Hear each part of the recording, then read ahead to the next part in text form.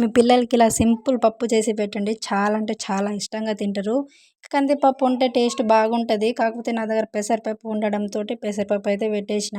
2, 3 సార్లు బాగా కడుక్కొని అందులోనే పసుపు, నూనె, తగినంత వాటర్ వేసుకొని 3, 4 విజిల్ వచ్చేదాకైతే ఉడకబెట్టుకోవాలి. ఇంకా ఇలా ఉడికిన తర్వాత పోపు గుత్తితో బాగా కలుపుకొని అందులోనే వాటరు ఇంకా తగినంత ఉప్పు వేసుకొని బాగా అయితే కలుపుకోవాలి.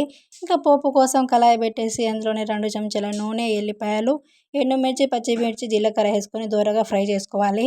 డబ్బు లేనోడు పేదోడు కాదండోయ్, కర్రెప్పంగు లేనోడు పేదోడు. ఇలా అదిరిపాలా.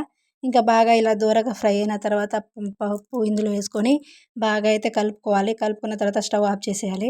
ఇంకా మీ ఇష్టం, మేమేమైనా పికిల్స్ ఉంటే అందులో కలుపుకొని తినొచ్చు. కాకపోతే మా పిల్లలు మాత్రం ఇలానే తింటారు, అందుకే ఇలానే తినిపించేసిన. ఇంకా మా హర్షిత్ ఏమో కానీ మా హర్షిత్ అయితే చాలా అంటే చాలా ఇష్టంగా తింటాడు. వీడియో నచ్చినట్టయితే లైక్, షేర్, సబ్స్క్రైబ్ చేసుకోండి ప్లీజ్.